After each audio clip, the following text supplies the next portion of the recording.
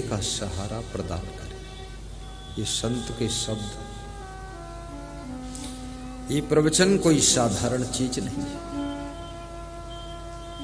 जो जीवन से निराश हो गए थे,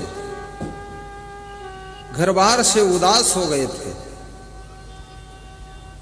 जीने की आस खत्म हो गई थी, सत्संग सुन करके फिर से नई जिंदगी जीना शुरू कर देते।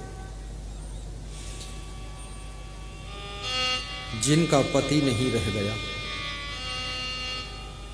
परिवार छोड़कर, संसार छोड़कर, शरीर छोड़कर, उसकी आत्मा संसार से विदा हो गई। उस नारी से पूछो, उसकी आत्मा की क्या दशा होती है। जिस पुरुष की पत्नी अचानक मृत्यु को प्राप्त हो गई, 2 बच्चे जन्म देकर छोड़कर चली गई, पति के पांव तले की जमीन खिसक जाती है। जिसका जवान बेटा एक्सीडेंट में मृत्यु को प्राप्त हो गया, कोरोना काल में मर गया, वह मां बाप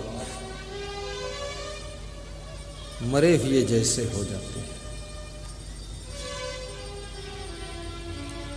रूस में एक बहुत बड़ा होटल का मालिक था, उसका परिवार कोरोना की चपेट में आ गया। सब परिवार के सदस्य मर गए, पत्नी मर गई, बेटे मर गए। कई मंजिल ऊंची इमारत से कूद पड़ता है, जीवित सड़क पर गिरता है, शरीर के चिथड़े उड़ जाते हैं और गिरते ही वो मर जाता है, लाश हो जाता है। क्योंकि जिन बेटों का सहारा था, जिस बेटी का सहारा था, जिस पत्नी का सहारा पाकर वो इतने बड़े होटल का लोड लेकर के जिंदगी जी रहा था, उनकी मृत्यु से उसकी जीने की हिम्मत टूट गई। इसलिए पतियों से मैं कहूंगा, शराब मत पीना। शराब पीने से तुम बहुत जल्दी मर जाओगे। पुरुषों से कहूंगा, मोटरसाइकिल तेज मत चलाना, एक्सीडेंट में तुम मर जाओगे।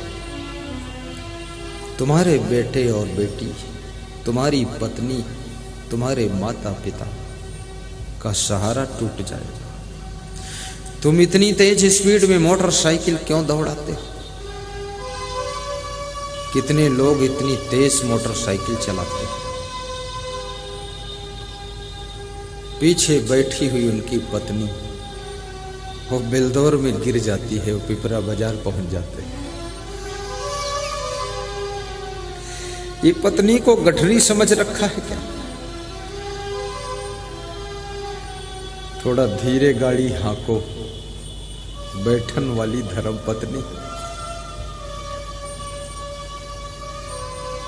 जब तुम धीरे गाड़ी चलाते हो तो गाड़ी का आनंद मिलता है, यात्रा का आनंद मिलता है। बहुत तेज मत दौड़ाना। जब तुम्हारी गाड़ी मध्यम चाल में चलती है तो सड़क पर खड़े हुए लोग जो देखते हैं वे भी बहुत प्रभावित होते हैं। जीवन की गाड़ी को भी प्रेम से चलाओ। स्कूल की गाड़ी, ऑफिस की गाड़ी, दुकान की गाड़ी, घर परिवार की गाड़ी, सभी गाड़ियों को थोड़ा ढंग से हाँको। सहारा टूटने न पाए।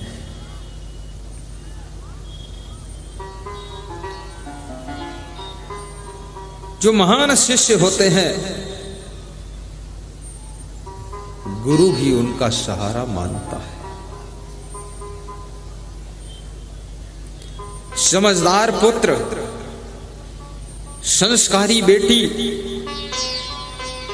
सेवाशील बहू, आज्ञाकारी पत्नी, कर्मठ पति, एक दूसरे का सहारा बनता है।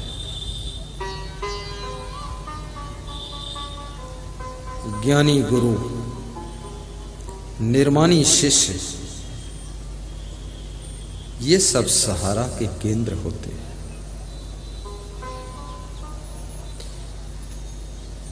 सहारा देना धर्म है, भक्ति मुक्ति की चाबी है। कबीर साहब कहते हैं,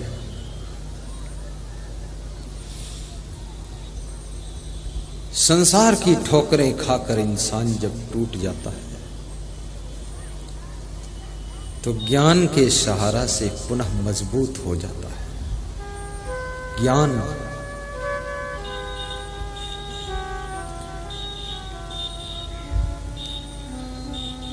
कई वर्ष पहले एक माता जी का मेरे पास में फोन आया। मिली तो कभी नहीं, तो बता रही थी मेरे पति मिलिट्री में सर्विस करते हैं।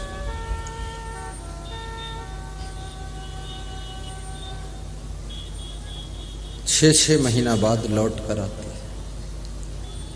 मैं घर में अकेली रह जाती हूँ, 2 बच्चे रह जाते हैं, सास ससुर है नहीं। तो मैं रोज रोती हूँ कि कोई सहारा नहीं। लेकिन एक दिन टीवी में रात को 9 बजे आस्था भजन चैनल में आपका प्रवचन सुना तो मुझे लगा गुरुदेव का प्रवचन भी मेरा सहारा है, प्रवचन भी सहारा है। और उसे सुन सुनकर 1 महीने में इतना ज्ञान हो गया, अब मैं रोती नहीं हूं। पड़ोस मोहल्ले की 10-12 स्त्रियों को बिठाकर उनको ज्ञान सुनाती हूं, उनके साथ हंसती मुस्कुराती हूं और प्रेम से रहती हूं। अब मुझे आपके प्रवचन का सहारा मिल गया है। ये प्रवचन का सहारा, ये प्रवचन, ये ज्ञान का सहारा, भक्ति का सहारा। कितने लोग आत्महत्या करना चाहते थे, जीना नहीं चाहते थे, मरने को ठान लिया था कि ये मर जाऊंगा, दुनिया देख लिया, सब मैंने देखा। प्रवचन के 2 शब्द सुन करके उनको पुनः जिंदगी जीने की शक्ति प्राप्त हो गई। और अब उनसे पूछो क्या इरादा है, तो वे कहते हैं अब तो उन्नति करने का इरादा है, भक्ति करने का इरादा है, मरने का कोई इरादा नहीं। इसलिए सत्संग जीवन भी देता है। गुरु का दर्शन तुम्हारी जिंदगी का मार्गदर्शन बदल देता है।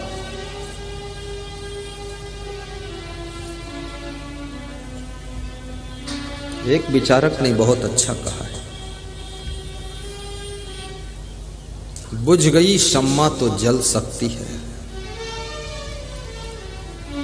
किश्ती हदे तूफान से पार निकल सकती है। नाव फंस गई है नदी की लहरों में, समुद्र की लहरों में, लेकिन मल्लाह का साहस यदि नहीं टूटा है तो नाव पार हो सकती है।